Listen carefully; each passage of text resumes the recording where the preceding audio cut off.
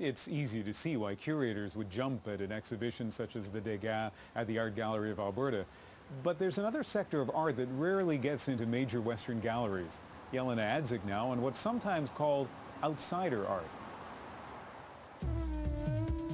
In Persian culture, it is very traditional to use calligraphy and text. Sohaila Esfahani is a promising young Iranian-born artist from Waterloo, Ontario. She's one of countless Canadian artists whose work defies Western assumptions about art. It's one reason these artists are often on the outside of major art institutions, and they want in. It's hard enough for any Canadian artist to earn a living and to achieve recognition. But for Canadian artists from multicultural communities, it's even harder. That's because their ideas of art, their worldview, and the work itself is often unfamiliar, not very well understood. In Esfahani's case, she's lucky. One of her works was recently selected for a unique exhibit entitled Diaspora Art. It's a temporary exhibit that went on display in the fall and is being held over for a year. It's at the Governor General's residence, Rideau Hall, in partnership with the Canada Council. There are 18 works showcasing contemporary art by Canadians from Asian, African, Middle Eastern, and Latin American backgrounds. It's an exhibit that challenges the dominant status of Western art in North American society. That's what makes the Rideau Hall exhibit unique. Elsewhere across the country, at Canada's major art galleries, you won't find any special exhibit like Diaspora Art, showing contemporary art from Canadians from diverse cultures. Nor will you find much aesthetic diversity in those galleries' permanent collections either. Take the National Gallery of Canada, one of our oldest cultural institutions and one of our most important, residing as it does in the capital of the country. It has a distinguished collection of historic European art. It also has a large collection of contemporary Canadian art that flows from the European tradition. And it has a dedicated gallery displaying Indigenous Canadian art.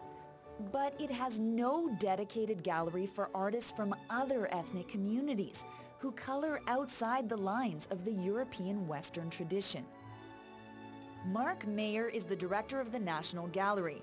He says it's not his job to showcase multiculturalism. Our real mandate is excellence. We do think about diversity, however, but we're not... You just don't put it in the gallery? No, we're only interested in excellence, so we put what we find in the Canadian art scene that is excellent. And we're blind to color or ethnic background, or even whether you were born in Canada. We don't care. Well, I think if you're talking about artistic excellence, the first thing you have to say is that it is culturally specific. Chris Creighton Kelly says public gallery heads are looking at the world mainly through white Western eyes. He's a BC artist and critic, currently writing a book on art, racism, and Canadian culture. So depending on what artistic practice you're looking at, you have to pick up a pair of glasses and look through those lenses, and then put it down and pick up another one and another one. The idea that there's one set of glasses is archaic and frankly racist. Mayer has a different explanation for why there are so few people of diversity making it as artists. The reason is they can't make a living doing it, so they'd be crazy to. Certainly if they're just starting out here in a new country. As I said, I think that's the real reason. To imply that every artist of color just arrived off a boat is also kind of, ignorant in a way.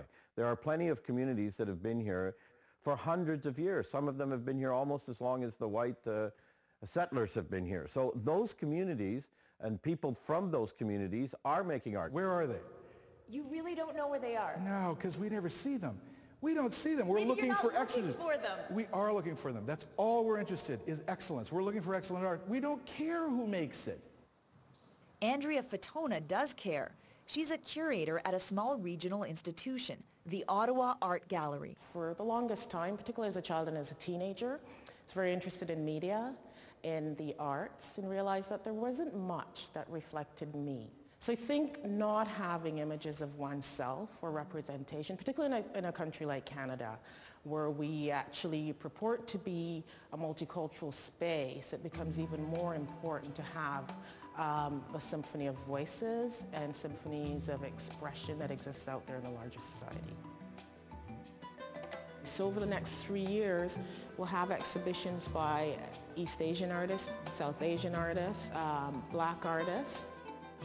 As an Iranian-Canadian artist, Esfahani is optimistic. My guess is that it's just a matter of time before we have established artists that will be exhibited in more established galleries. The Diaspora Art exhibit challenges conventional ideas as to what kind of art belongs in Canadian galleries and who gets to decide. At the very least, when it comes to change, this conversation may lead to curators buying in, the public weighing in, and the artists getting in. Jelena Adzik, CBC News, Ottawa. Please stay with us. This is coming up.